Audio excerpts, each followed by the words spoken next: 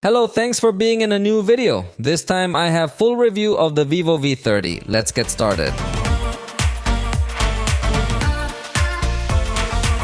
This device has been recently announced in Mexico and in many other countries. Its price in Mexico, I must say, is very high, so maybe from other countries it will sound exaggerated. It costs 15,999 pesos. That is approximately $90.22, $35. So I insist, in Mexico it is quite expensive. If you find it in a promotion with a good discount, I think it could be attractive. But at this price, I sincerely anticipate that it will be a device that is not so recommendable to acquire. I insist, at this price, if you find it cheaper, maybe it could become a more attractive option. Currently, in fact, there are few devices in that same segment, so there are not many competitors in this price range. But believe me, there are less expensive devices that can compete toe-to-toe perfectly with it and even surpass it in many things. So, what do you think if you join me to know what it can offer us? Since in this case, in Mexico, its distribution is through Telcel, and that will be the reason why it is a rather expensive device. So, come with me to know it.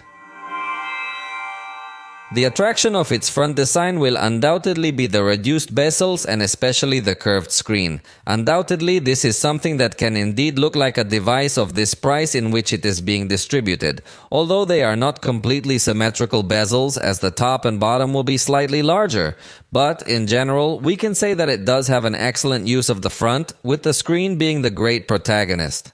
Although unfortunately, it does not come protected with Gorilla Glass. In fact, Vivo also does not communicate that it has any special protection, despite the fact that Vivo usually works closely with Scott Sensation Up, which is another resistant glass. But in this case, it is not advertised with either Gorilla Glass or Scott Sensation, so I definitely feel that this could become a questionable point. Vivo hasn't communicated any special toughness features of this curved glass. And generally, when they're curved, they tend to be a little bit more delicate. So this for me is definitely a weak point. On the right side, we will find the power button along with the volume buttons in a plastic frame that is extremely thin. Even though the frame is plastic, it has a metallic look which makes it look good, but it doesn't have premium materials. On the top, we find one of the microphones and the left side is completely clean. At the bottom, there is a tray where we can place a nano SIM card. Perhaps in other countries there is a dual SIM edition, although in Mexico there is only this option. Besides the tray, we will find a microphone, then the USB-C port, and then the speaker. The back cover is very nice, aesthetically speaking, as it seems to simulate water ripples, although the cover is totally reflective. And personally, I like matte designs better, but there it depends on each person's taste. What you should know is that in this case, it is also a curved cover, so it offers an extremely comfortable grip, also considering that it is a super thin device with 7.45 millimeters thick and also weighs 186 grams, so it is also very light to hold in your hand. Both are some positive points of this device, which has a good aesthetic, although not so much resistance, since it only offers IP54 certification, being resistant to splashes, but it cannot be submerged. Therefore, this is a weak point clearly in this price range of its launch. In this case, I have the Ocean Blue edition, but it is also available in sleek black for those who want something much more serious and formal. But another element that can be highlighted in the design is this aura light, which Vivo usually highlights in several of its devices. In this case, its sole functionality will be to illuminate faces well while you're doing some portrait photography. In fact, you can change its temperature to offer a little warmer or cooler lighting. So it can become useful in portraits, but it seems to me that it is a bit wasted since it would serve perfectly well also to indicate notifications or something similar. But in this case, Vivo only takes advantage of it for portrait photography. The screen is 6.78 inches, so it is quite large, and this is thanks to its very small bezels. In this case, it offers us a resolution that is slightly higher than Full HD. To be exact, it's 1260 by 2800 pixels, so the level of detail will really be very good, and that can be an attractive point and one of its strengths. In this case, it offers us AMOLED technology, as it could not be otherwise having a curved screen. So it offers offers us intense colors, high contrast, and of course good viewing angles. So it's a good quality screen without a doubt, which also offers us a peak of 2800 nits, although only when you're viewing HDR content. So as I told you, it also supports this type of content, which is capable of raising its brightness in some specific areas to give you a highly realistic viewing experience.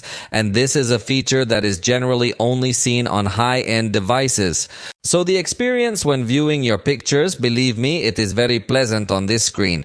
In addition, the screen can go up to 120 Hz refresh rate to show very smooth and fluid movements, although in this case it will also be able to intelligently adapt between 60 and 120 in order to save as much battery as possible. The highest brightness, of course, which is good for excellent viewing even outdoors, and the minimum brightness, note that it can also get low enough for comfortable use in the evenings. And obviously, speaking of comfortable use, notice that it also has the anti-fatigue brightness eye saver mode, which is also going to optimize the screen dimming so that the screen can be much more comfortable. Obviously, it has the dark mode, and it has a few different screen calibration modes for you to choose the colors that you like best. Obviously, it depends on your taste here, but it's nice to have several calibrations to choose from. In fact, it also has some visual enhancement settings in the purest style of screens or TVs, compatible with YouTube and Netflix, so it optimizes all the images you're viewing. So the screen, I have no doubt that it is one of its strongest points for the excellent quality that integrates. On the contrary, the sound will be one of its weakest points since it only has one speaker. This for me is unforgivable in a device of this price as it does not offer stereo sound. The sound, in fact, you will also notice that it is simple. The most remarkable thing is the volume, because it has a special mode with additional gain that is shown as 150% volume. So I don't like the way of naming it, but it is an additional gain that Vivo can give to the sound. So it is quite loud without distorting, but it does not have good presence of bass frequencies, and the fact of not having stereo sound for me is the worst thing we can see in this device. What do you think if you join me to listen to a small test? Although remember that it is not the same to listen to it live.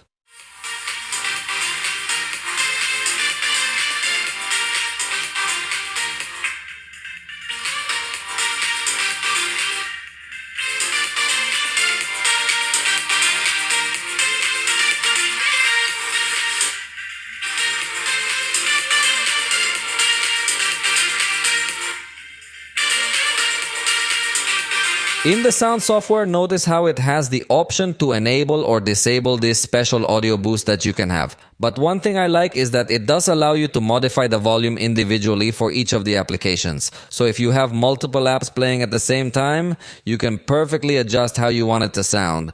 Well, that's something very remarkable. And it also has some interesting features to perfect your sound experience, such as the super audio resolution that would allow you to improve the clarity of each of the audios that you listen to.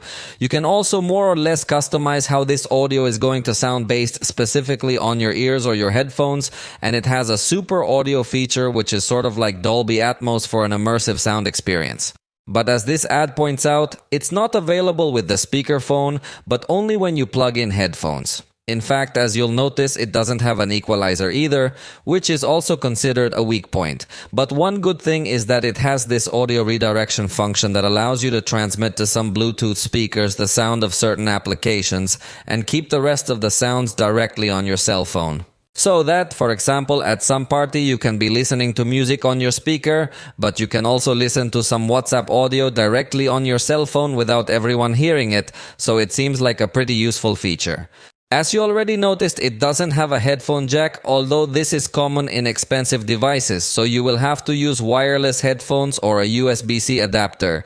In the case of wireless headphones, in addition to supporting the SBC and AAC codec, which are traditionally supported by all devices, in this case it also has support for the aptX adaptive codec, so you can also get to offer audio with a good level of resolution in compatible headphones. Now below you will hear an audio recorded using these microphones in a quiet environment. Esta es una prueba de audio grabada con el VIVO V30 utilizando sus micrófonos integrados. The quality of the microphones is as expected, but next let's hear how it performs in much noisier scenarios, recording my living room sound system at maximum volume.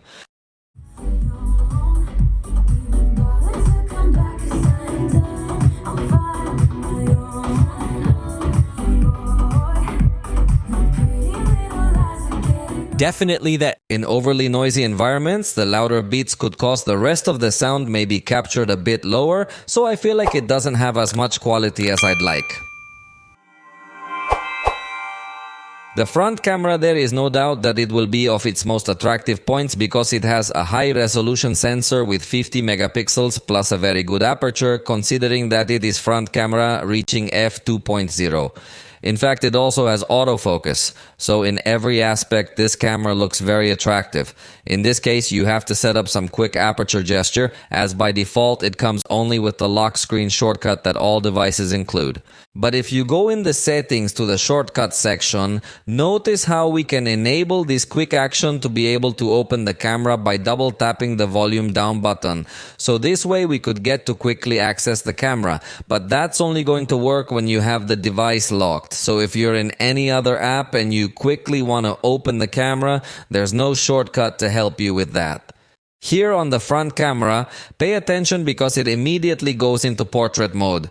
Even if you're in photo mode, switching to the front camera enables portrait mode, and this can cause your photos to come out of focus without you wanting them to. So you can turn the blur effect off or on manually. The photos can get to have a good capture speed, although in this case of the front camera we do not have a burst available. And note that something that also does not have is the gesture for easy capture, showing the palm of the hand, something that is definitely very useful because in this case that does not have it is a bit complicated at times to reach the shutter of the photograph, so in that sense it could also improve. But notice how Vivo offers many features to have advanced portrait photography. For example, in this case, it offers us some templates with color of different filters or even some letters that are superimposed on our photograph in order to achieve quite attractive selfies. In fact, in addition to this classic section, we can also access a shadow section or color filters specifically. So you can have some very advanced creative styles in this part of Vivo photography. In addition to that, we have several beauty effects that we can enhance with. You can have automatic enhancement in a natural way or in a classic way or in a manual way. You can modify multiple parameters of the face to completely modify your appearance. In fact, you could make your face thinner, your cheeks thinner. Well, honestly, Vivo is currently the manufacturer that offers the most parameters for the beauty mode. So it's a super selfie-focused device that could be very appealing to people who like to modify their appearance a lot in selfies. If you put everything to the max, you could look like a baby alien. But not only does it bring enhancements to modify the face, but also to modify the makeup effect. So, for women, this can also come in handy. Notice how it even brings various shades of lipstick, various styles on the eyebrows, various colors applied all over the face. Then, it is even able to put on special makeup around your eyes. Definitely, there is no other device that offers as many options in facial beauty as this one. Undoubtedly, this is its strongest point and the most attractive thing that you are going to find in it. In fact, it also offers a section of postures if you run out of ideas. Notice how it will offer you some templates that you can fill in automatically so you can see how you can take these pictures. Notice how this part shows in a dotted line how you could pose in that picture. So it's definitely able to give you even more ideas for how to take pictures of yourself. So it's super focused on selfies and it does its job very well. And as usual live, we're going to have a special emphasis on the front camera, which is going to give us a very good level of detail. Although the pictures don't come out of 50 megapixels but 12.5 or so, but that's because it merges the pixels to have a better balance of lights. So the result is very good and it gives us a very good range also, which could be useful for group pictures. In fact, also thanks to the autofocus, the group shots are going to come out in good quality. Indoors, we are also going to have an excellent result. Thanks to this high resolution sensor, it manages to have a very good color intensity, good contrast, and above all, good level of detail in the face, where it is usually diminished in this type of light conditions. But since this device has a very good quality front camera, it manages to maintain the level of detail well. In backlight, the preview does not look optimist, but it does have automatic HDR. So after taking the picture, it manages to do a good process to balance highlights and shadows well. Although the shadow area is still a little dark, but it's nothing really too serious, I think we can still consider the picture to be of a good level. Although for this price, maybe we could get a little more demanding. But something I was forgetting to tell you is that this device allows you to zoom in on its front camera, so you could get to notice the details of your face very well. This can be very attractive to some people, and at night, if you're in an area with enough lighting, we're going to find a totally positive result. I think it's one of the best devices in front-facing camera performance at night. And even in the most difficult conditions like would be a night backlight, we're still going to have a positive result. Not spectacular though, but if you use the night mode in conjunction with a screen simulating a flash, we're going to get a much more spectacular result. At night, you could also take portrait pictures and see how well it performs.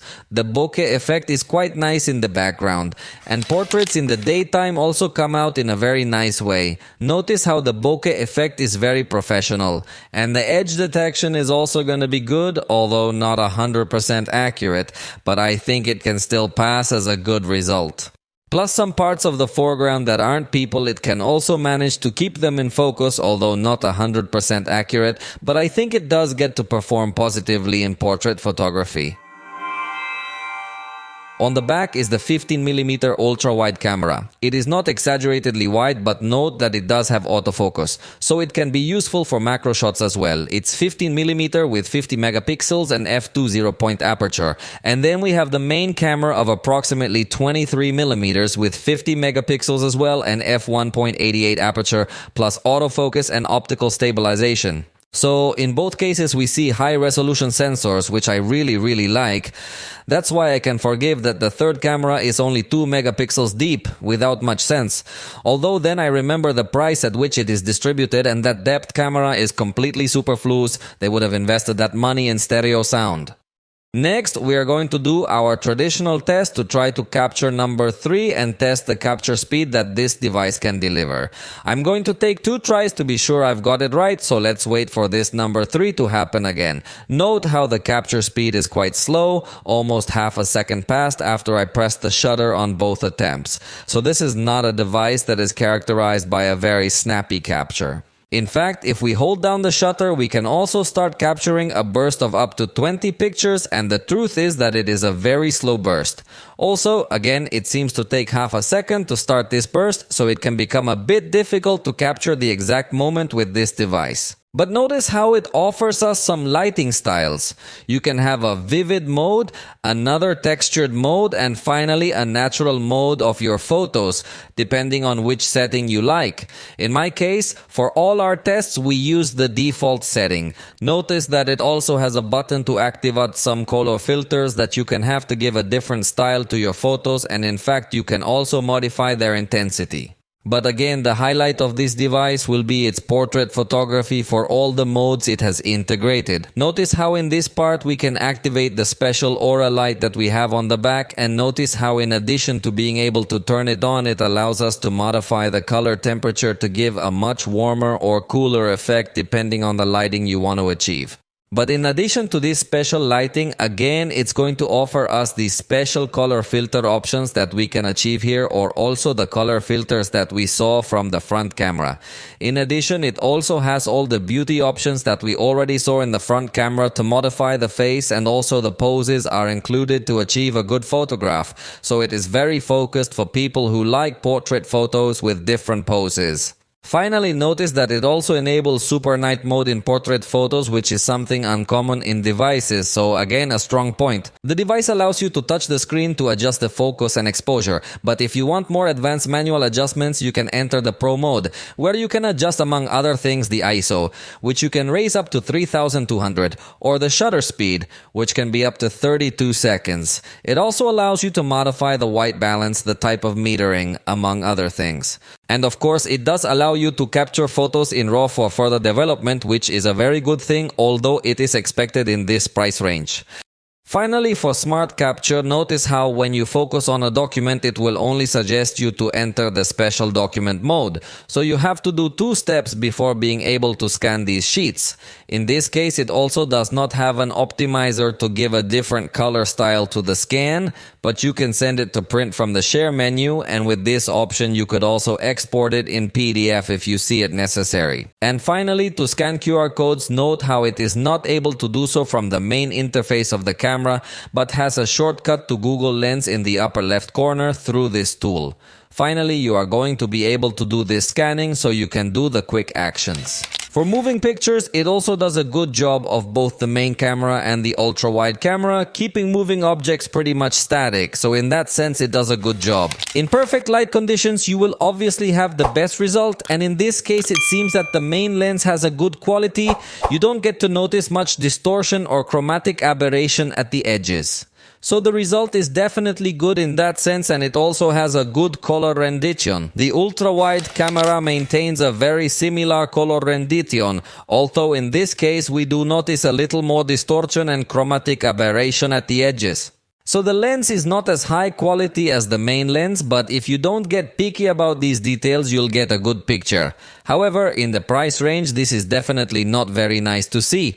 Interestingly, in this case, it seems to tell us the zoom setting while maintaining optical quality, and I think if it has a good quality, the picture will be 13 megapixels. However, beyond 2x the zoom is actually bad, it doesn't seem to have a good level of detail and the picture looks very stretched. The maximum zoom is 20x, but I insist that it does not seem to have a good level of detail, and when eliminating a lot of noise it comes out a very artificial photograph. So I didn't like the zoom, and definitely in this price range you will find many devices with better zoom.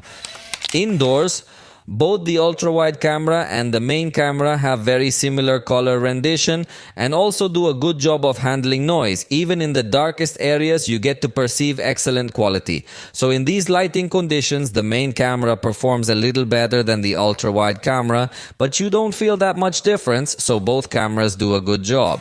In backlight, the preview doesn't look optimized, but after taking the picture, it does a good processing of the highlights and shadows. Definitely the result is totally good. The brightest areas don't look overexposed and all the color seems to be just right. With the ultra-wide camera in this type of conditions, we see a good balance of light and shadow, but you know that in backlight it can reveal even more chromatic aberration present at the edges, confirming that it is not a lens of such quality as we would like, but in backlight it does a good treatment and balance of light and shadow.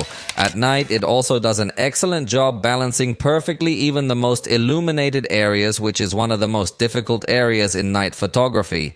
Also, the darker areas don't seem to have an excessive amount of noise, so I really like the night shots. Even with the ultra-wide camera, it has a very similar result, although in this case, the darker areas might come out much less defined, but honestly, the night photography seems to me to be of a good level.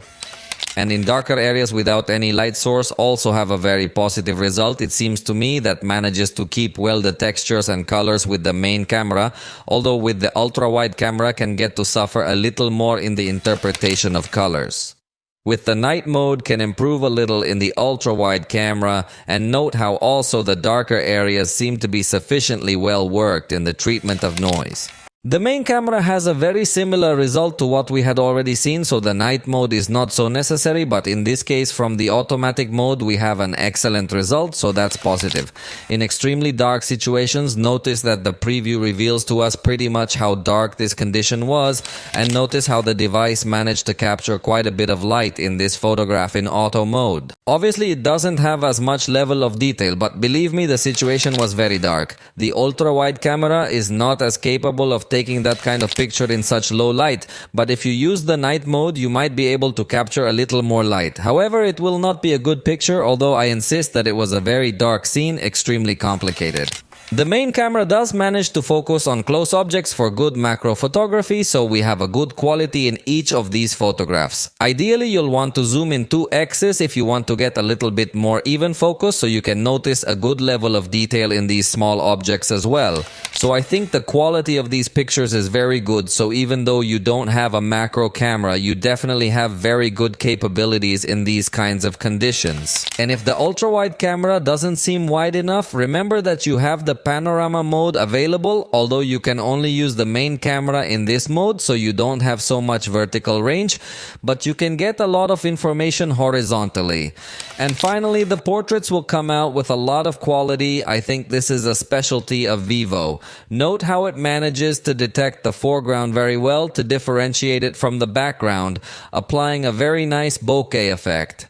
The level of detail is also good, so the portrait shots really delighted me. In fact, if you use the Zoom 2x, the portrait is even nicer with a super nice bokeh effect, and we have practically perfect foreground and background detection. So it seems that in this case it does get to use its depth camera well. Definitely portraits are the specialty of the house, and if you use the aura light in some night conditions, you could get to have nice portraits as well. So this is definitely another one of its points. Strong. For video recording, the device offers good capabilities as it can record in 4K at 30 frames per second, both with the rear camera and the front camera. Just note that in case you want to record with the ultra-wide camera, you have to go down to Full HD at 30 frames per second, as even if you go up to 60 frames per second, the ultra-wide camera again will not be available. So it doesn't seem to me to be the most versatile camera with respect to the resolution supported. But again, when recording video, notice how the color filters appear to give a different look to all your videos with different types of filters. And again, the available beauty options appear, although the video resolution drops to Full HD, but it is remarkable that it allows you to modify again all the parameters of your face also in the video recording. Of course, this will also be available when recording with the front camera and also has an effect to blur the background that we will see in a moment.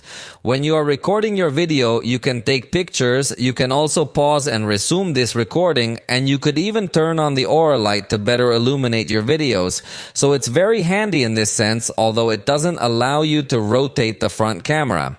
If you record in Full HD, you can rotate to the front camera without the need to stop your video recording, which is nice, but I wish it was also compatible in the video. For video recording, you can control exposure and also focus by tapping on screen, but you don't have a manual mode for video recording. What it does integrate is a micro movie mode, so you could fill in again through different templates other video recording effects. In fact, it has a lot of templates that you can take advantage of, and that again can be one of its strong points if you want to create a video effect simply without any effort, and you can easily fill it. As you can see, you have to record clip by clip and then it will give you the final video. So if you do not want to edit videos in a complicated way, it could help you to create certain content. The main camera allows you to record video in 4K. Although honestly it does not look so spectacular, it seems that the video quality is not going to be the most remarkable. Especially in the most detailed areas, you get to notice a little strange movement, and remember that only the main camera can record in this resolution. So you can make a maximum zoom of 10x while you are recording in 4K, but you cannot switch to the ultra-wide camera to try to zoom out. I still like that it records in this resolution, but it's not going to be that remarkable. If you record video in Full HD, then yes, you can switch between the two cameras, although again, the video recording quality doesn't seem that remarkable to me. I think it's just a standard video recording, but it doesn't feel as detailed or as high quality. Fortunately, you don't have aggressive jumps in the exposure, but again we will notice that in this case the zoom can reach up to 10x and fortunately maintains good stabilization in these type of scenarios.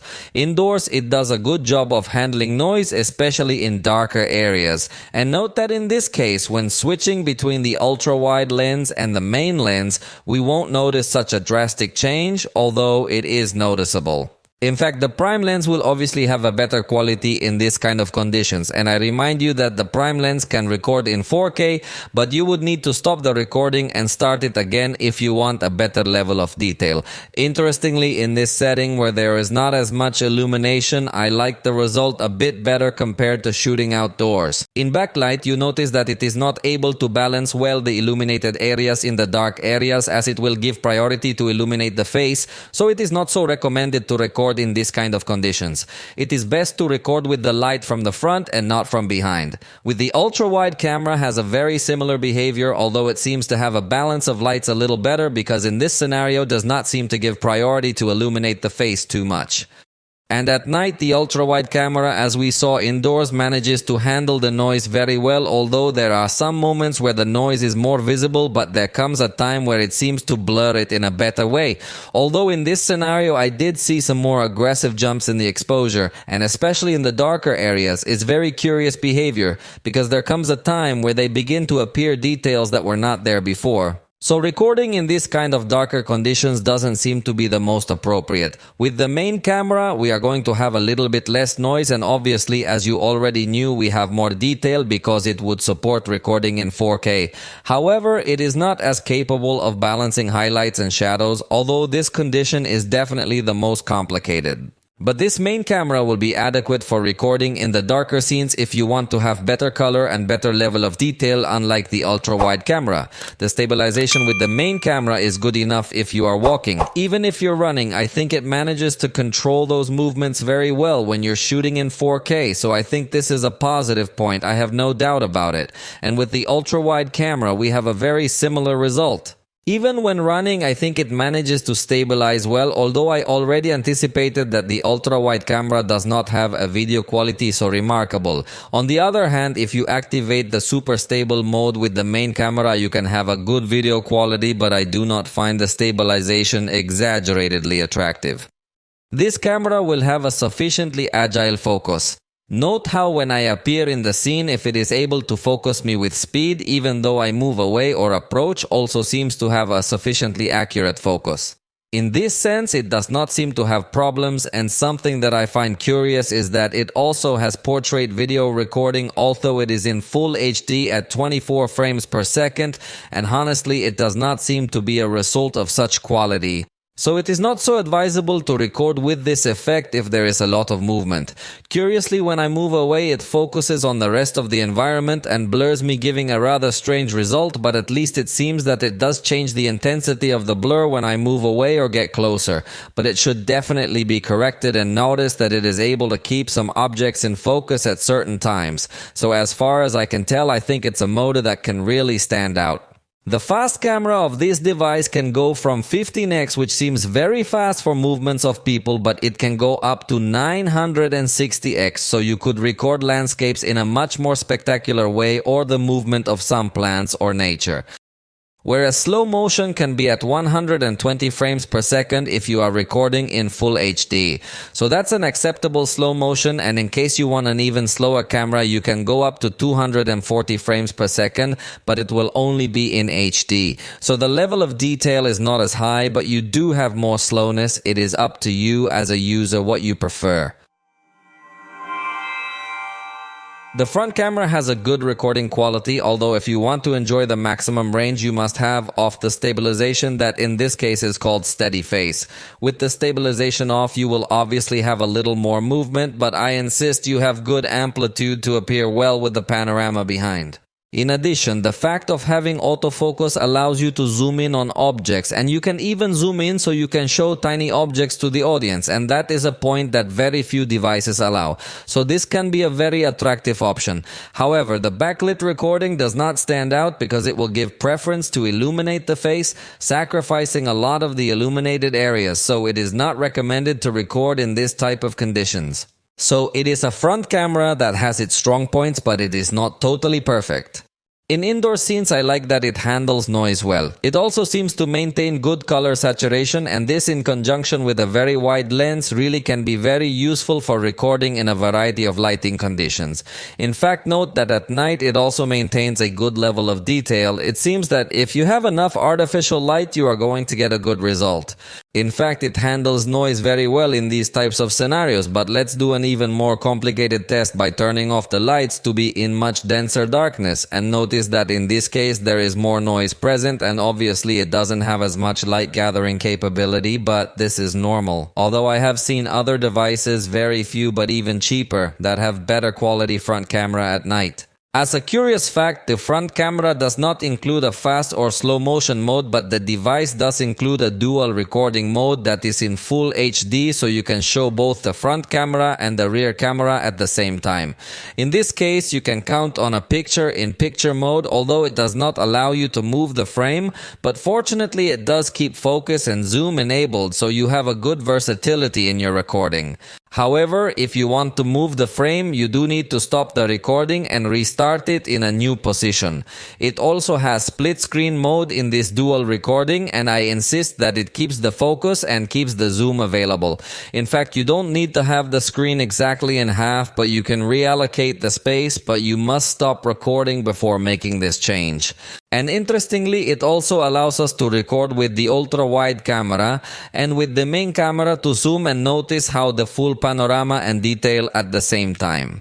And in picture-in-picture mode brings a heart mode. Also curiously, although it only works vertically as horizontally, the heart would be flipped, but to record some stories could be useful for some. And finally, with the front camera, you can also have portrait recording mode by blurring the background. I find the effect looks considerably good. It goes in full HD at 24 frames per second. Only when you use this mode you can activate the stabilization for you to consider. In software, Vivo usually stands out for its fairly clean experience in its operating system.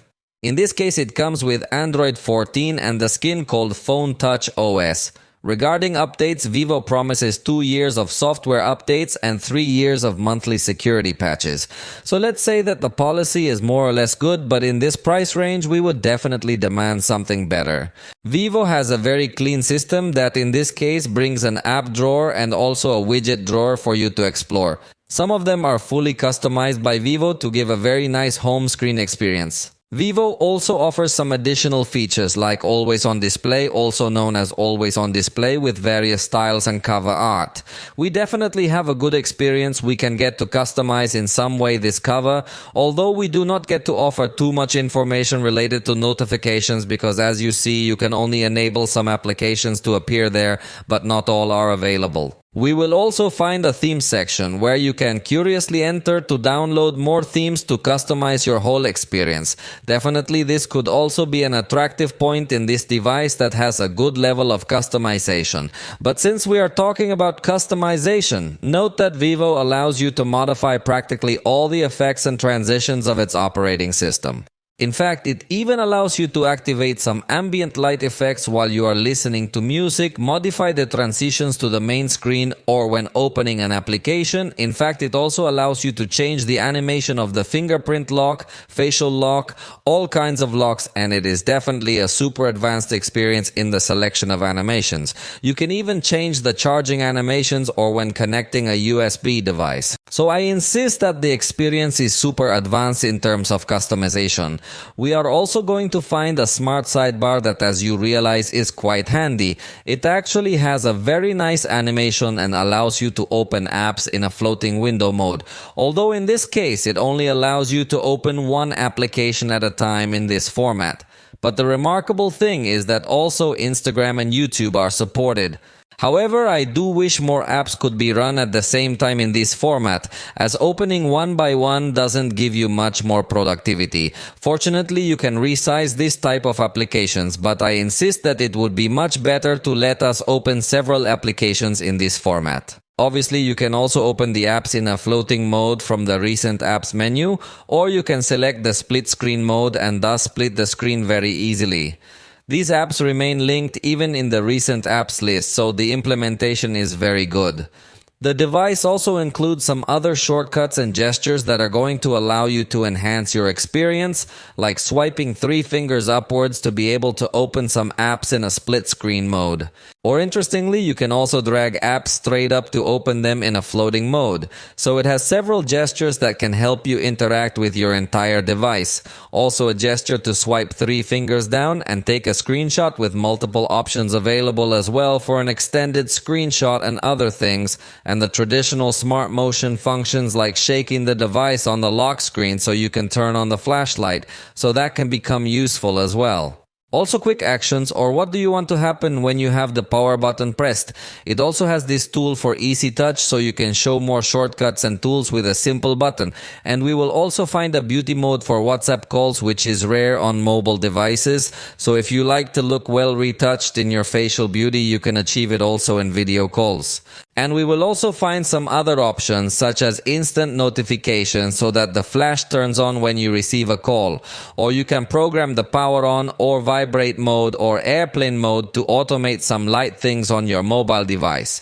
And within the gallery, this device also incorporates some tools that can be practical. For example, it has an object eraser so that you can simply select what you want to delete from your photo and it will automatically do the process for you. I find that the result is positive on objects that are clearly visible. To save storage, note that it also has a video compressor that can help you because you do not need to install any other application, and simply from here you can compress all this content. And finally, it also has a tool called Nano Player that in this case can become compatible with Spotify, which is a kind of special widget that can help you go to the next song, the previous song, or in the case of podcasts, forward 15 seconds or back 15 seconds as well. So these are tools that generally don't come on other devices, and that's why I like to highlight them. It's definitely a mature operating system that doesn't feel packed with a lot of options, but the options that it does have can be useful. Lastly, let me say that the vibration motor is on the Z-axis, so it doesn't offer advanced interaction in conjunction with the system for in-hand feedback. For security, we have an optical fingerprint reader that is inside the screen, so it is not exaggeratedly fast. You have to leave your finger on it for a little longer. It is nothing really serious, but it is slower compared to readers that are outside the screen. Still, it is a good quality reader that allows up to 5 registrations, so I think you have a good versatility to register your trusted people. Also, you already know that you are going to be able to change the animations of this unlock, and it is also going to have facial recognition, although it is in 2 dimensions, so it is not as secure. The most recommended if you want to maintain good security is to just use the fingerprint reader. And if you want a comfortable experience, remember that you have the extended unlock that will serve to register places or trusted devices, and while you are in these conditions, the device will not show the lock screen. In this case, it also integrates an option to block access to applications in case you have lent your phone already unlocked, although it does not seem to offer a secure folder mode as found in other devices. In this case, we rely on Google with its Google Files application, and in this case there is a secure folder, but it cannot take advantage of the fingerprint reader. Within the iManager app, we will also notice that it has a security scan in collaboration with Avast, so you have a good level of protection against malware, and it also has a rather curious feature called app isolation. This way you can make sure that some applications run only in a completely closed environment.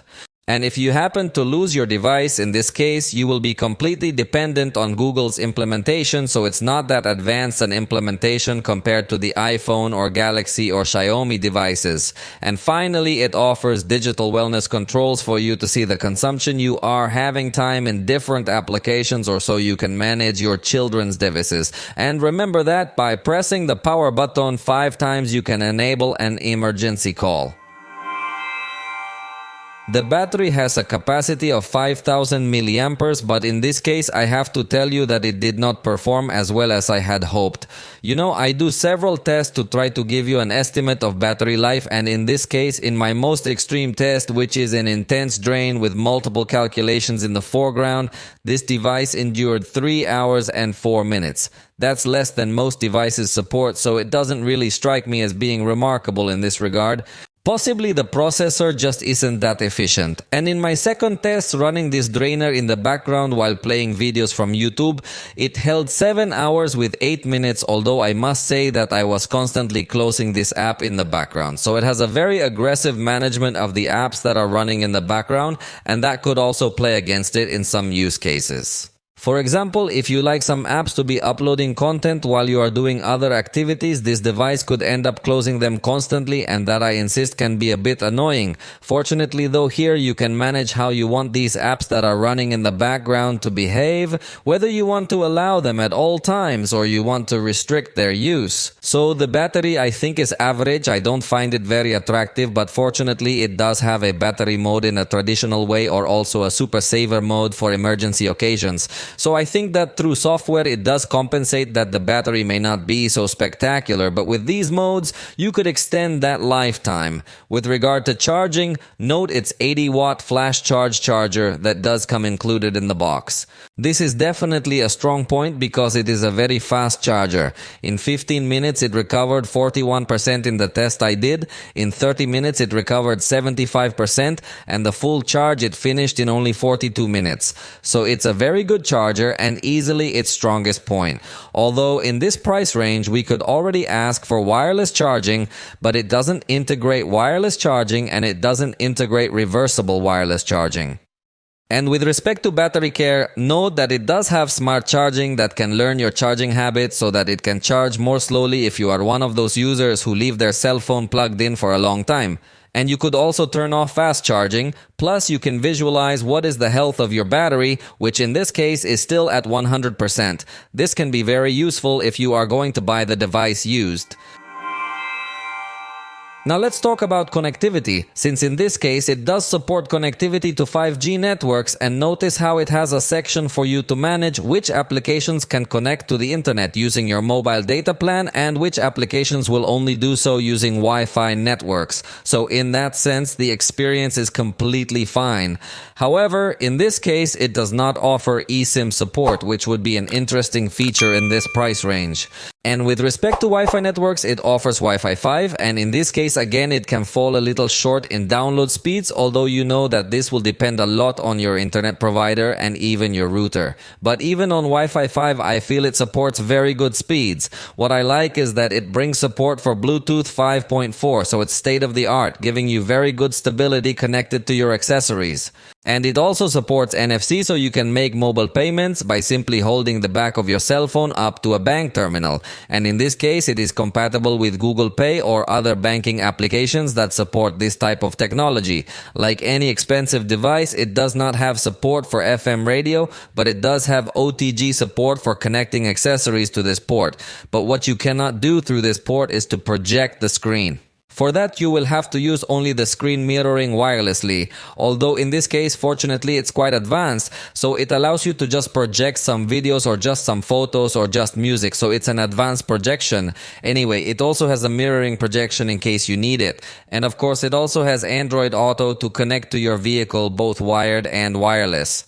And finally, in sensors, we see accelerometer, geomagnetic field, orientation sensor, gyroscope, light sensor, and a proximity sensor that unfortunately is virtual. And in fact, in this case, I don't even manage to enable the sensor by bringing the device close to my ear. So it's a proximity sensor that's honestly going to give you quite a bit of trouble. That's a weak point, and then it has all the other sensors that all devices have, so it doesn't get to stand out in this aspect. Where it also fails to stand out is in the ecosystem, as they do not currently have a good product catalog. In Mexico, they only distribute some of their fully wireless headphones, but there is no more than that. Maybe in other countries they do have a bit more devices, but in Mexico it feels like there is a lack of a watch, bracelet, tablet, or something similar. So the experience will be very simple talking about the ecosystem. Although fortunately they have Android, which has an open ecosystem, so you could perfectly well also connect with other devices. For example, using QuickShare to transfer files, or you can also connect some headphones that support Google FastPay, as is the case with these headphones that despite not being Vivo branded, could be detected by this device when you open them, as it is happening right now. But that causes it to feel very dependent on Google in various technologies and ecosystem, since for example Vivo also does not offer its own cloud storage, depending on Google Drive, and also depend on Google Home for control of home devices. Although notice that it already comes integrated from the quick settings panel, however it doesn't even come installed with the app, so you have to tell it that you want to download it, so the experience doesn't feel as complete as it should. Let's start talking about performance, where we will have something quite curious because the processor is the Snapdragon 7 Gen 3. So far, very few devices integrate this processor, so it will be very interesting to see the performance it can reach in this first test of opening applications. As you notice, it took 2.9 seconds on average to open each application. I feel that's a good time. Honestly, it's not very surprising. I feel like the system can become a bit slow to respond on some gestures. It doesn't feel as optimized, but either way, I think the processor does come through with good performance. Let's appreciate now. Look at how it's managing those 12 gigabits of RAM. It seems to be doing it in a good way. So far, I haven't seen any restarts, although I insist that it doesn't feel super fluid in applications when you make the switch. Anyway, notice how navigating within applications, we also noticed a good scrolling without any slowness, so I believe it is a considerably fast processor. Next, let's do a test to see how fast it can export a 1-minute clip of video recorded at 4K, although note that it is not capable of exporting 4K video with this editor. So right off the bat, we see that since it's a recent processor, not all content and applications may be optimized for it. So let's get to see how long it takes to do this export process. That's it. It took about 32 seconds or so. Honestly, it's not bad at all. For the Mexico launch price, I still feel it could be better, but if you find it cheaper, I think it's a pretty powerful processor. And note that in addition to the 12 gigabytes of physical RAM, it comes with 12 gigabytes of virtual RAM, although they cannot be modified or turned off. But the highlight of this device, there is no doubt, will be its storage, which reaches 512 gigabytes. This undoubtedly is the strongest point with ease, because in this space you can have stored many games, even many videos in 4K, many photos, and will not fill easily. I have no doubt this is its strongest point and is definitely super attractive, although consider that you cannot put a micro SD. Let's finish talking about the games, and curiously within the iManager application is where we find the Ultra Game Mode application, where we are going to be able to say whether or not we want the sidebar to be displayed in games, and we are also going to be able to manage the games that will work with this additional tool. In fact, they offer us here some basic settings for everything we will see inside the game, and of course they offer us the Do Not Disturb mode to block notifications, mute calls, and avoid unwanted touches while you are playing.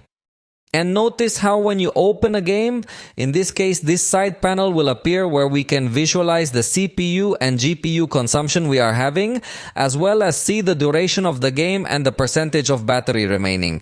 Then we will find other tools, but before them we will find a mode to manage power consumption. We can play with a saving mode so that it does not consume so much energy, although the game could go much slower than we would like. Or we can also choose the boost mode that will give you the maximum possible power. You can also enable calls in the background so that you answer on speakerphone immediately if a call comes in, but of course you can also enable automatic blocking of notifications and calls. Something curious is that you have a motion control option with which you could map some buttons of your game, and simply doing some gestures like turning your phone could enable certain buttons for a much more advanced gameplay. It also has a view optimizer that could change the color rendering a bit. You can also enable the automatic brightness lock and also have the screen dimmed in brightness so that the game continues to download content without consuming as much power.